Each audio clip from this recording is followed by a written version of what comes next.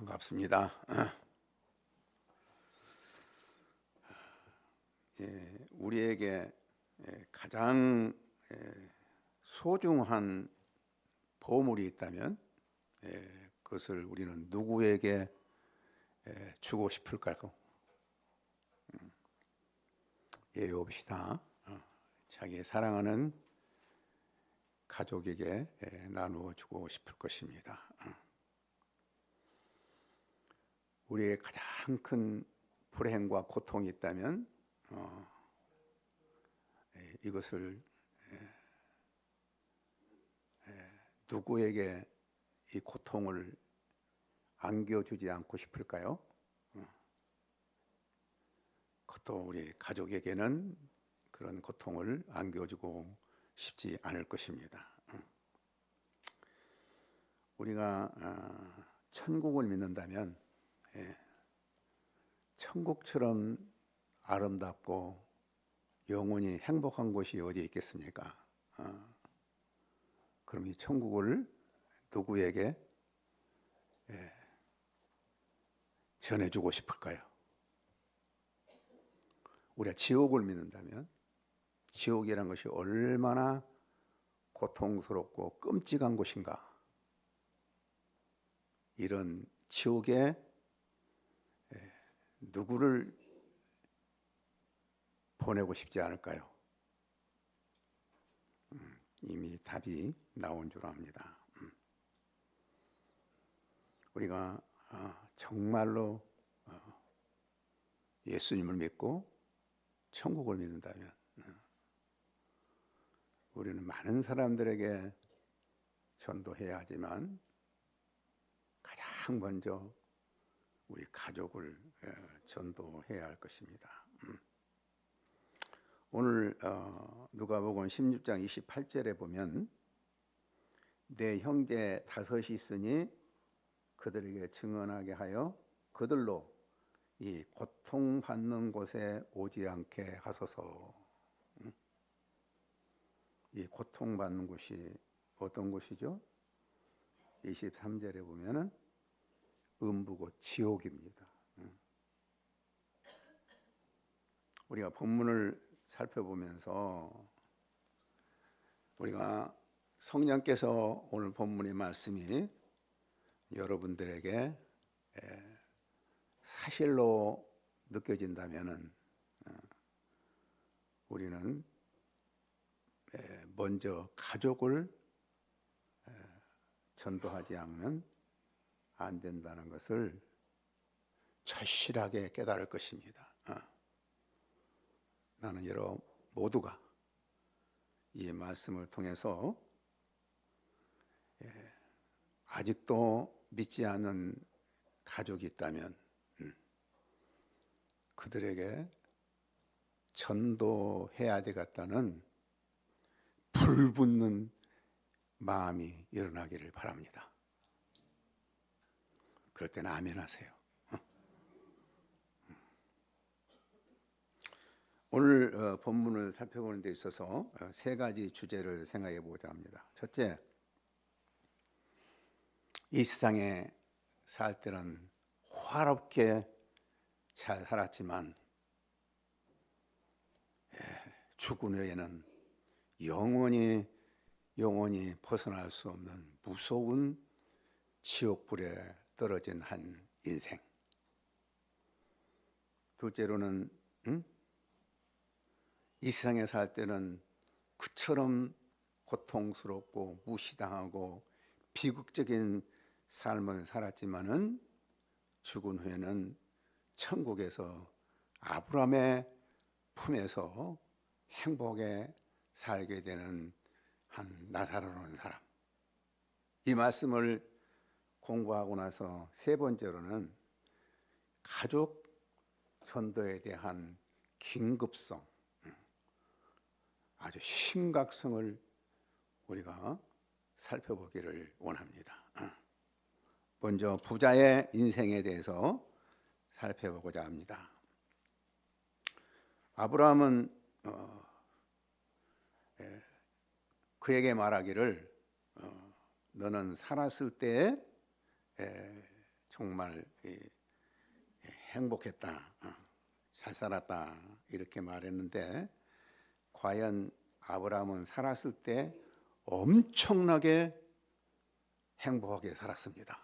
행복한지는 모르지만 우리들이 생각할 때 가장 정말 부러울 만한 인생을 살았습니다.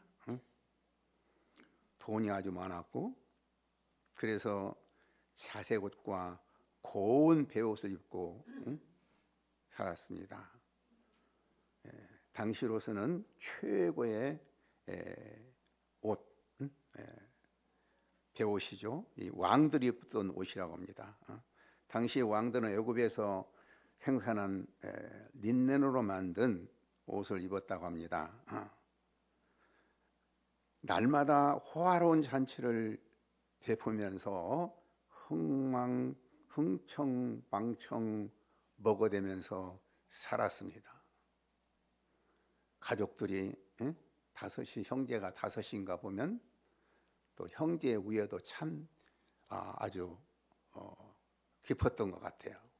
그리고 형제들이 지옥에 가지 않기를 바라는 걸 보면 그렇게 자신은 행복하게 살면서도 자기 대문 밖에 굶주리고 병들어 죽어가고 있는 거지 나사로에 대해서는 전혀 관심이 없었습니다. 상관하지 않았습니다. 거지 나사로는 부자의 성에 떨어지는 찌꺼기, 개나 짐승들이 먹는 것으로조차 배를 채울 수 없이 배고프며 비참한 처지에 있었습니다. 그리고 온몸이 상처 투성인데 약을 바를 수도 없었고 더군다나 개가 그 상처 투성이를 핥을 때 그의 고통은 이루 말로 다할 수 없었습니다. 그럼에도 불구하고 이 부자는 거기에 대해서 아무 관심이 없었습니다. 남의 아픔에 대해서는 털끝만큼도 동정심이 없었습니다.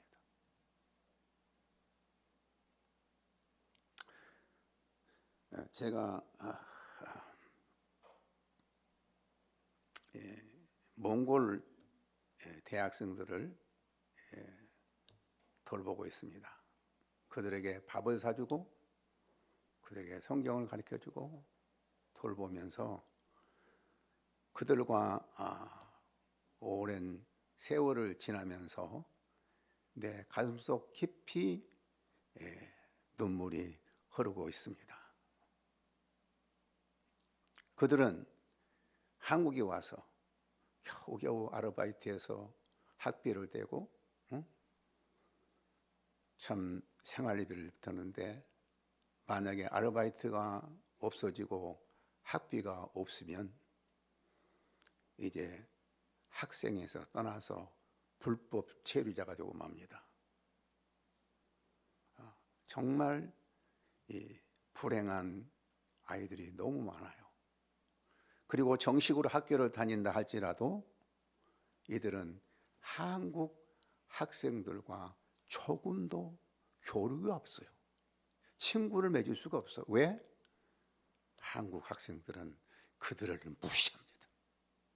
친구가 되어주지 않습니다. 많은 가난한 나라 학생들이 한국에 오지만 그들은 한국에 와서 한국 학생들과의 접촉하고 친구가 될 수가 없습니다. 그래서 그들은 스스로 자기들끼리만 모여서 살고 있어요. 어떻게 우리 한국 백성들이 그렇게 되었는가? 우리가 불과 몇십 년 전만 하더라도 외국에 가면 우리가 그런 취급을 당했습니다. 무시하고 멸시받는. 그래서 미국 사람들이 너 어디서 왔느냐?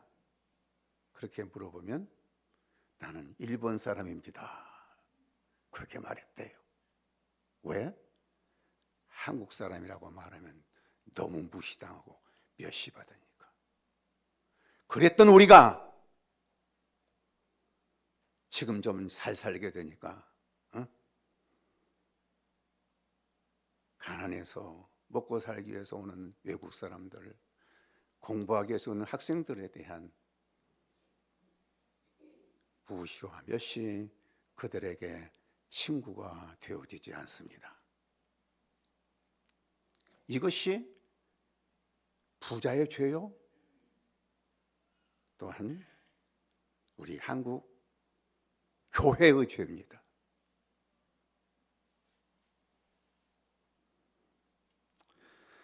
아마 그가 부자가 되기까지는 인정사정 없이 돈을 벌었을 것이고, 많은 가난한 사람들의 참 희생적인 봉사를 통해서 돈을 벌었을 것입니다. 가난한 자의 머리에 티끌을 탐내면서까지 돈을 긁어 모았을 것입니다. 오직 자기에게 유익이 됐으면 그만이라는 생각으로 살아온 사람입니다. 지독히 자기중심적인 사람이었습니다. 그는 하나님이 그에게 맡겨주신 돈을 청지기로서 지켜야 한다는 사실을 전혀 이해하지 못했습니다. 그는 자기 문 밖에서 거지로 굶어 죽어가는 그 나사로를 위해서 써라고 하나님이 맡겨주신 돈을 자기 착복을 한 겁니다. 개인적으로 착복을 한 거예요. 그래서 결국 그는 고통을 당하게 된 거예요. 그가 이 세상에서 호화롭게 사는 삶이 얼마나 됐겠어요? 때가 되니까 그도 죽었어요. 이 세상에서 아무리 명예와 권세와 부를 누리고 산다 할지라도 죽음이 옵니다. 죽음이 옵니다. 죽을 때까지는 엄청난 사람들이 장례식을 했던 것 같아요. 죽어 장사되었다 그랬잖아요. 그러나 그것이 끝난 후 부자가 간 곳은 어디입니까? 여기 23절, 24절 보십시오. 그가 음부에서 고통 중에 눈을 들어 멀리 아브라함과 그의 품에 있는 나사로를 보고 불러 이르되 아버지 아브라함이여 나를 긍휼히 여기사 나로 나사로를 보내어 그 손가락 끝에 물을 찍어 내 혀를 서늘하게 하소서 내가 이 불꽃 가운데 괴로워하나이다. 이것은 하나의 비유가 아니고 엄연한 사실을 예수님께서 말씀하신 것입니다. 이 세상에 살면서 자기 욕심대로 살고 자기만 잘 먹고 살고 자기 부만 누리면서 사는 것이 전부가 아니고 반드시 한번 죽는 것은 정한 이치입니다. 다 죽습니다. 한번 죽습니다. 그랬을 때 죽은 후에 우리의 삶은 현재 우리의 삶이 어떠냐에 달려 있는 것입니다.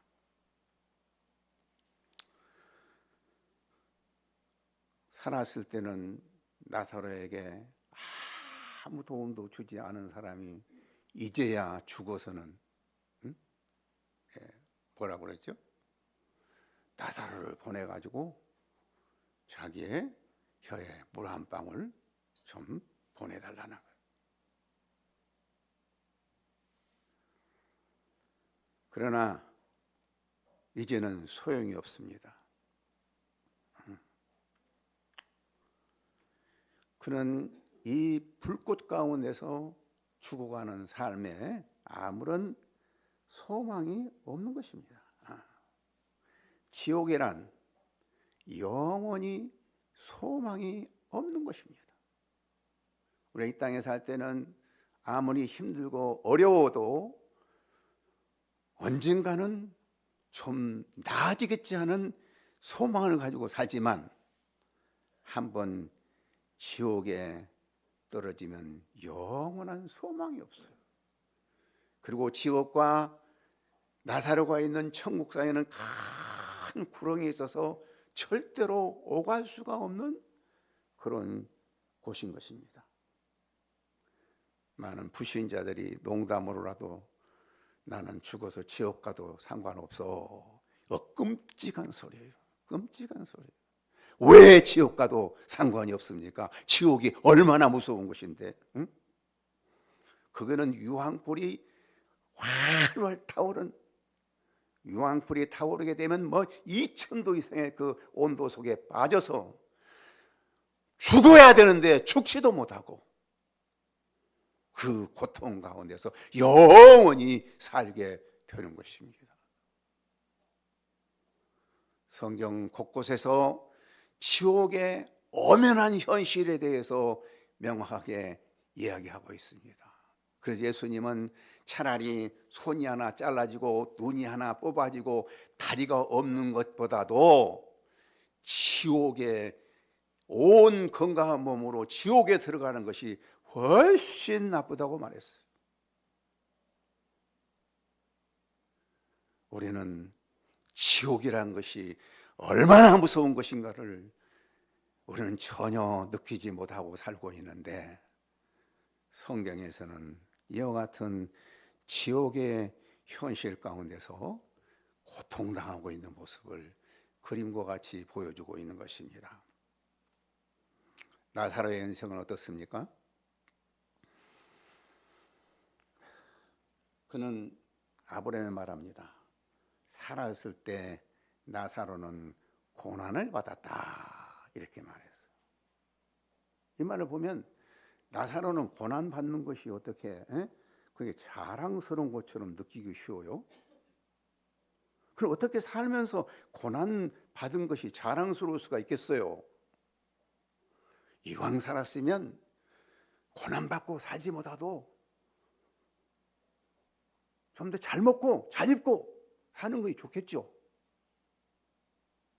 그러나 중요한 것은 그가 고난받고 살았을 때 어떠한 자세로 살았느냐가 중요한 것입니다. 응? 그는 거지 생활을 하고 집도 없이 부잣집 밑에서 문방에서 살면서 짐승이 먹는 음식 찌꺼기를 채울 수도 없고 그야말로 참 개가 상처를 핥으면 견딜 수 없는 이런 삶을 살았지만도 불구하고 그가 그런 상황 가운데서 어떠한 삶을 살았느냐, 이것이 매우 중요합니다. 오늘 성경 본문을 자세히 읽어보면 나사로는 이와 같은 극한 고난 가운데 있으면서도 부자에 대해서, 하나님에 대해서 한마디의 원망이 없습니다. 생각해 보십시오. 똑같은 인간으로 태어나서 날마다 호화롭게 그 앞에서 연락을 즐기고 있는 사람을 보고 자기는 그렇게 비참한 상태에 있을 때 눈에 쌍심지가 생길 겁니다. 거짓되더라도 몰려와서 그냥 데모를 하고 잔치상을 엎을 수도 있었을 것입니다. 이를 갈며 복수심에 불탈 수도 있었을 것입니다. 그러나 그는 부자에 대해서 아무런 해코자 하는 마음도 없었고, 하나님이 살아계시다면 어떻게 이렇게 차별을 가질 수 있습니까? 당신이 하나님이라면 나는 그 하나님 못 믿겠습니다 하고 하나님을 외면하고 말았을지도 모릅니다. 그러나 그가 죽은 후에 아브라함의 품에 앉아 있는 것을 보면 그와 같은 극한 상황 가운데도 하나님을 떠나지 아니하고 믿음의 선한 싸움을 끝까지 싸워서 승리한 인생이라는 것을 알 수 있습니다. 그가 어쩔 수 없이 병들고 가난했지만 그 불행한 인생 때문에 자기 인면에 빠지지 아니하고 욥과 같이 하나님을 떠나지 아니하였습니다. 그러므로 그는 살았을 때 고난을 받았으나 이제 여기서 위로를 받는다고 아브라함은 말했습니다. 살았을 때 그의 삶과 죽은 후에 그의 인생을, 사람이 살았을 때 그의 삶이 죽음 후의 인생을 결정하게 되는 것입니다. 우리는 나사로와 같이 가난할 필요도 없고 병들 필요도 없습니다. 가난과 병들음이 자랑일 수는 없습니다. 그러나 나사로와 같은 그러한 극한 상황 속에서도 남을 원망하거나 미워하거나 조롱하지 복수심을 갖지 아니하고 오직 하나님만을 믿고 살았다는 거예요. 이 세상에서 우리의 삶이 결코 전부가 아닙니다. 현재 우리의 고통과 불행이 영원한 불행이 아닙니다. 현재 우리의 실패가 영원한 실패가 아닙니다. 오히려 현재 우리의 실패나 고난은 하늘나라의 부활을 준비하는 좋은 기회가 될 수 있을 것입니다. 오히려 현재 사람 중에 높임을 받는 것은 하나님 앞에 미움을 받는다고 했습니다. 사람 중에 높임을 받는 것은 쉬운 일입니다. 왜냐하면 사람에게는 피상적으로만 보일 뿐 내면이 보이지 않기 때문입니다. 그러나 살아계신 하나님 앞에서 우리는 온전히 내면이 다 보이기 때문에 우리는 하나님 앞에서 어떠한 생각을 가지고 하나님 보시기에 정말 하나님을 믿고 신뢰한 사람인가, 이것이 매우 중요합니다. 여러분 가슴에 손을 넣고 생각해 보십시오. 나는 하나님이 보시기에 신실한 사람인가? 하나님이 원하시는 삶을 살기 위해서 몸부림치며 사는 삶인가? 오늘 우리 장로님이 기도할 때 하나님의 영광을 위해서 우리가 창조되었다고 말은 하는데 과연 우리의 삶의 전체가 하나님의 영광을 위한 온 힘을 다해서 살고 있는가? 하나님 앞에서 생각해 보시기를 바랍니다.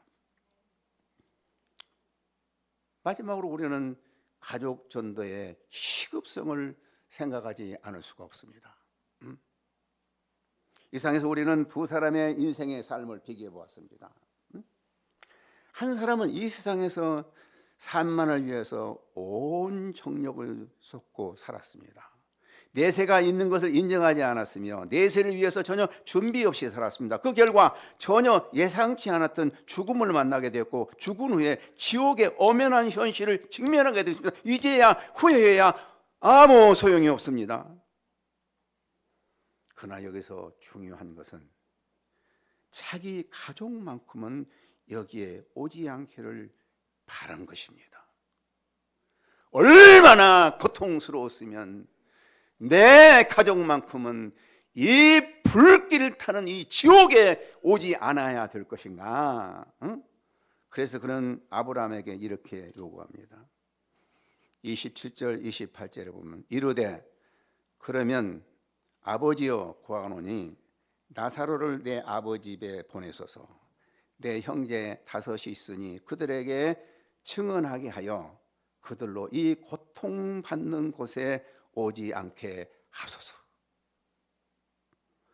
이 말씀 우리는 가족을 전도해야 할 필요성을 너무너무 절실히 깨닫습니다.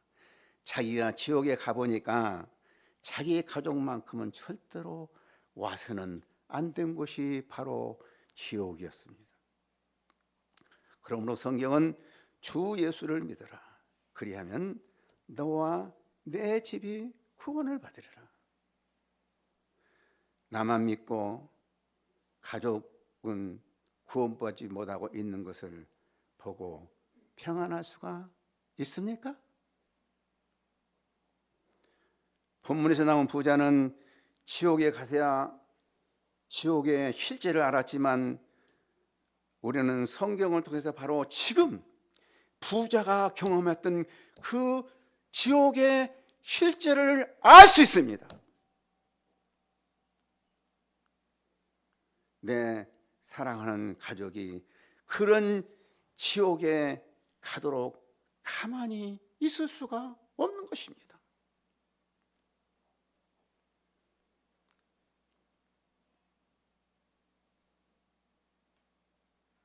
우리는 하나님의 말씀을 통해서 천국의 엄연한 사실과 지옥의 엄연한 사실을 알 수가 있습니다. 그러면 우리는 어떻게 가족을 전도할 수 있을까요?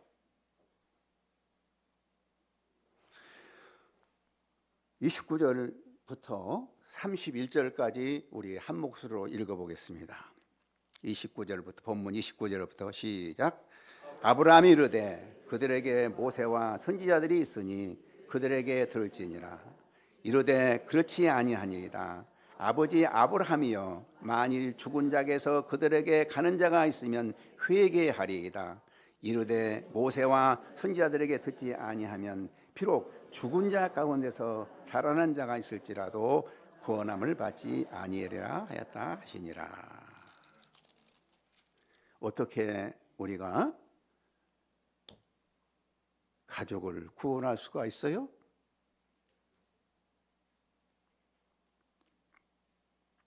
가족을 전도하는 유일한 길은 특별한 기적, 죽은 자가 살아나는 기적보다도 모세와 선자의 글, 성경을 가르치는 일입니다. 아무리 훌륭한 언변이 있다 하더라도 믿지 않은 영혼을 구원한 일은 하나님의 말씀밖에 없어요. 예수님이 죽은 지 나흘이 되어서 썩어가고 있는 나사로를 살려냈지만 그것을 보고도 믿지 않은 사람이 많았습니다.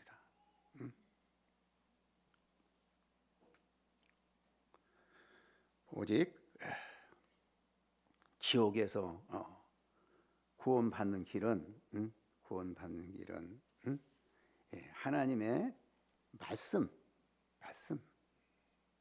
하나님의 말씀만이 사람을 변화시켜서 구원에 이르게 합니다.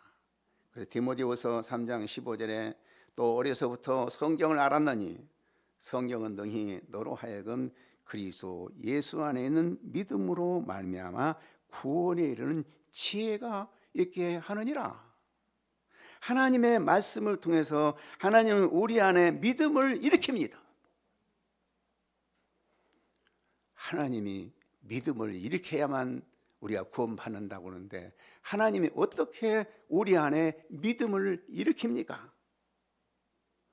믿음은 하나님의 말씀을 통해서 일으키는 것입니다.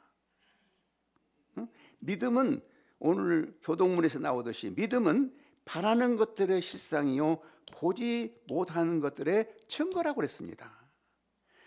믿음을 통해서 현재 일어나지 않지만은 반드시 미래에 이루어질 것이 실제로 이루어진다는 것입니다.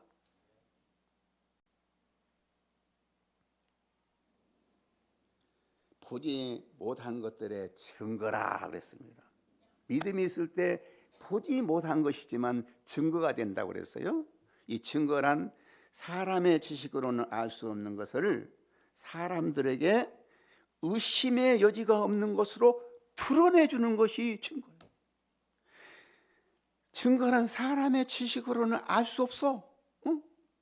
근데 사람들에게 의심의 여지가 없는 것으로 확실하게 드러내주는 증거예요. 그러니까 말씀을 통해서 우리의 믿음이 생길 때 하나님의 모든 말씀은 실제고 사실이고 반드시 그것은 이루어진다는 것을 우리가 알게 되는 것입니다. 나는 우리 가족 전도를 하기 위해서 1년에 한 번씩 7남매 부부가 수양회를 했습니다. 2, 3일 동안 수양회 날짜를 정해놓고 이 수양회 말씀 준비를 엄청나게 열심히 했습니다. 아주 몇 달 동안 열심히 말씀 준비를 해가지고 가족들이 모이면 처음에는 좀 어색했지만 순 밥 먹고 성경만 하게 몇 년 했더니 우리 형제들이 다 예수를 믿게 됐어요. 특별히 시골에 사는 우리 누님, 초등학교밖에 안 나온 이런 누님이지만 또 우리 형님 예수 아주 잘 믿고 시골에서 새벽기도를 한 번도 빠지지 않고 다니면서 예수 믿고 지금 돌아가셨습니다. 지금도 우리는 남아있는 5 형제가 매주 토요일, 주일, 일주일에 2번씩 줌으로 흩어져 있지만 성경을 공부하고 있습니다.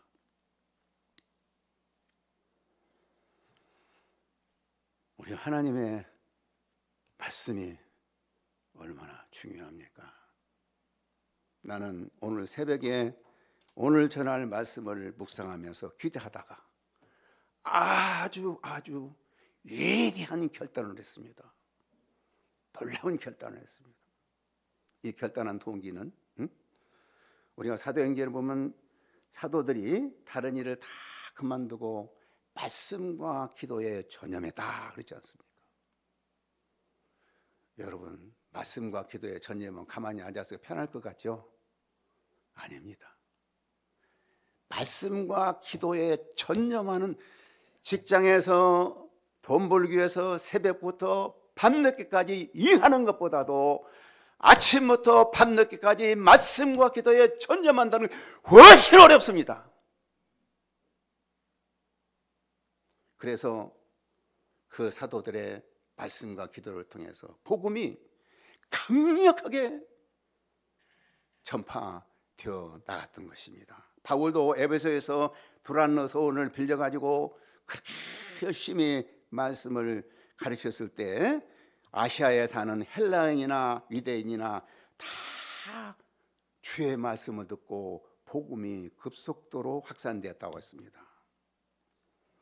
김창인 목사는 충원교회를 창립하신 목사님이신데 중학교밖에 안 나오는 참 가방꾸지 짧으신 분입니다. 그는 얼마나 날마다 말씀과 기도에 전념해서 그 큰 충원교회라는 교회를 이루었습니다. 우리가 잘 알고 있는 그 박유천 목사님은 내수동교회를 담임하면서 하루에 책상에 앉아서 적어도 16시간은 성경을 읽었다고 합니다. 그가 은퇴하고도 책상에 앉아서 7시간씩 성경을 읽었다고 합니다. 그래서 그 내수동교회에서 얼마나 많은 기독교 일꾼들이 나왔는지 모릅니다. 제가 여러분들에게 나눠드린 이 정인숙 목사님, 체크 저자인 정인숙 목사는 자기가 손발을 움직일 수도 없고 소대변도 가르칠 수 없고 밥도 할 수 없게 하루 종일 자리에만 누워 있으니 그 고통스러우니 얼마나 고통스럽겠어요. 시간이 안 가는 거예요. 그러나 그가 예수를 믿고 나서는 매일매일 성경 읽고 기도하고 찬송하는 것이 너무 좋아서 너무 시간이 짧다는 거예요. 너무 시간이 짧아. 10년 동안 그러한 그 믿음의 생활을 통해서 불치의 병이 치유를 받게 된 것입니다. 이 말씀을 생각하면서 저는 아침에 아주 대단한 결단을 했습니다. 그때는 이번 방학을 통해서 몽골 학생 3명을 데려다가 2달 반 동안, 2달 반 동안 아침부터 저녁같이 성경을 가르쳐야 되겠다. 한국말로 성경 가르치고 한국말도 가르쳐야 되겠다. 3명이 와서 아침부터 저녁까지 성경 배워주겠어요? 아이들이? 그냥 오겠어요? 안 되지 않아요? 그래서 내가 1인당 500만 원의 장학금을 주겠다. 500만 원 장학금을 줘서 1,500만 원을 마련해 가지고 내가 이들을 2달 반에 완전히 훈련시켜 가지고 이 대학생 선교를 이뤄야 되겠다 결심을 했어요. 돈 1,500만이 어디서 나와요? 제가 어디서 나오겠어요? 감동되면 헌금 좀 해주세요. 엄청난 일. 그 1,500만 원 그거 아무것도 아니야. 그것을 해주면 제가 집이라도 팔아서 마련을 하려고 그래요. 그래서 그들을 말씀으로 시켜서 25만 명의 복음운동의 하나의 시야를 만들고자 해요. 그래서 그 사역지로서 제가 남산에 센터를 마련했습니다. 그래서 이번 29일 날 개관 예배를 드리려고 계획하고 있습니다. 믿고 구원을 얻게 하는 일은 우리가 할 수 있는 일이 아닙니다. 하나님이 할 수 있습니다. 그러나 우리가 해야 할 중요한 일이 있습니다. 성경을 가르치는 일입니다. 성경을 가르치기 위하여서 우리가 할 수 있는 모든 일을 다 하는 것입니다. 많은 사람이 그렇게 얘기를 해요. 가족을 아무리 전도해도 안 되고 안 된다. 하나님이 마음의 문을 열어주셔야지 우리는 아무것도 할 수가 없다. 하나님이 하시기 때문에 우리는 아무것도 할 수가 없습니까? 하나님이 하시지만 우리는 믿지 않은 가족을 방치해두면 안 됩니다. 지금은 당장 믿지 않지만 우리가 온 마음을 쏟아 기도하고 사랑과 관심을 쏟으면서 성경을 읽도록 도와야 되고, 그리고 성경을 통해서 믿음을 일으키도록 해야 할 일이 우리에게 있습니다. 예수님은 말씀하셨습니다. 마태복음 5장 16절 이같이 너희 빛이 사람 앞에 비추게 하여 그들로 너희 착한 행실을 보고 하늘에 계신 아버지께 영광을 돌리게 하라. 어때요? 우리는 우리의 착한 행실을 보고 하나님께 나오도록 하는 일이 우리가 해야 할 일이에요. 여러분, 우리의 참모습을 어디에서 봅니까? 사람들 앞에서 우리 참모습 봅니까? 참 멋있어요, 사람들 앞에. 진정으로 사람들의 참모습은 가정에서 볼 수 있습니다. 그 남편에게서, 그 아내에게서 참모습을 보여주는 거예요.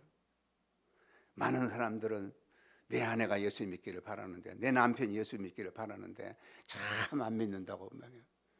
그 이유가 뭐예요? 착한 행실을 보여주지 않기 때문에 그런 거예요. 하나님이 아니고는, 하나님의 은혜가 아니고는 어떻게 저럴 수가 있는가 하는 모습을 어디서 보여줍니까? 가정에서 보여주는 거예요. 저는 예수 믿었을 때 아무도 안 믿었습니다. 오히려 내가 목사가 된다고 하니까 기독교를 배반하고 다 나와 우리 가족과는 단절된 상태였습니다. 그런데 제가 결혼을 하고 이제 시댁을 내려간 겁니다. 사람들은 제 촌놈이 서울 아가씨하고 결혼했다고 하니까 그 아가씨가 서울댁이 정말 얼마나 교만할까 했는데 와가지고 겸손하고 동네 어른들 다 찾아 인사하고 너무 생각하고는 다른 거예요. 근데 하루는 서울에 무슨 결혼식 있다고 해가지고 저 시골 전라남도 저 시골입니다. 거기에서 아주 초라한 행색을 한 참 사람들이 한 10여 명의 가족들이 서울에 올라왔어요. 그때는 이제 뭐 서울에 뭐 아는 사람도 없고 그러니까 우리 단칸방에 부엌도 없는 방에 있는데 아직 결혼한 지 얼마도 안 된 새댁인데 그 집으로 찾아오는 거야. 세상에 점심 좀 해달라는 거야. 이거 얼마나 당황했겠어요? 제 아내가 순간 이때 내가 잘 대접해야지 하고는 부엌도 없는데 그릇도 없는데 그 안집에 주인집에 들어가서 그릇을 빌리고 부엌을 빌리고 해서 막 자기까지는 막 없는 음식을 다 대접해가지고 막 대접을 했어.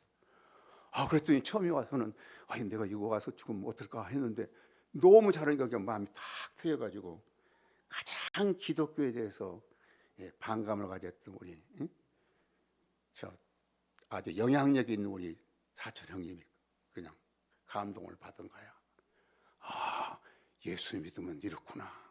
그리고는 그 후로 내가 단절된 나를 얼마나 나를 세워주는지 가족 모임 있을 때마다 그 목사는 그러면 안 돼. 목사는 이래가지고 우리 가족들이 다 예수 믿게 됐어요.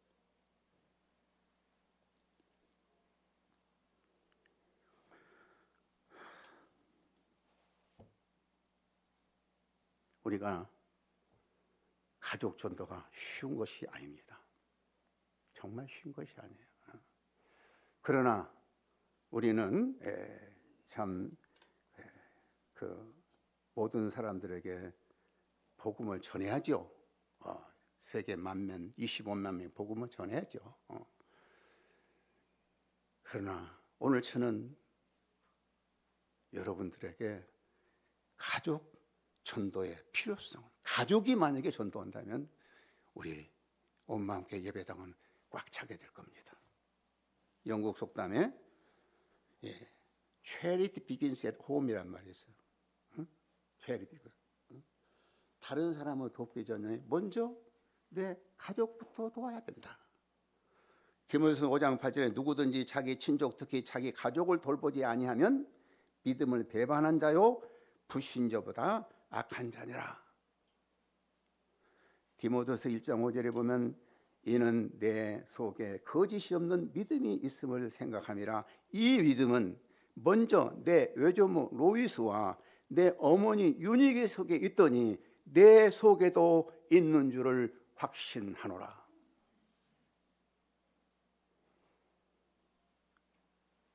이르되 주 예수를 믿으라.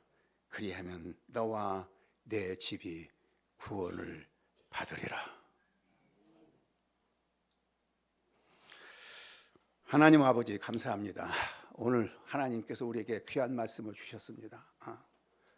정말 얼마나 우리가 가족을 사랑하고 참 가족에게는 모든 것을 다 해주고 싶은 마음이 있지만 가장 중요한 우리가 경험한 천국의 이 비밀을 가족에게 알려주지 못하고 정말로 이 가족이 이렇게 지옥불에 떨어질 것도 미리 생각하지도 못하고 가족들이 사랑하는 가족들이 믿지 않고 헤매고 있는 것을 외면하고 있는 것을 회개합니다. 하나님 아버지 주 예수를 믿으라. 그리하면 너와 내 집이 구원을 받으리라고 했사오니 우리가 예수를 믿었다면 우리 가족도 하나님께서 구원해 주실 줄을 믿습니다. 그러므로 우리는 어떻게든지 참 가족 전도에 온 힘을 쏟아서 우리 가족부터 예수를 잘 믿고 그래서 그 믿음으로 아브라함의 가족을 구원하시고 이스라엘을 구원하시고 세계를 구원하신 하나님께서 우리 가족도 구원하시고 우리 교회를 구원하시고 이 나라를 구원하시고 세계를 구원하는 역사가 일어날 수 있도록 축복해 주시옵소서. 예수님의 이름으로 기도합니다. 아멘.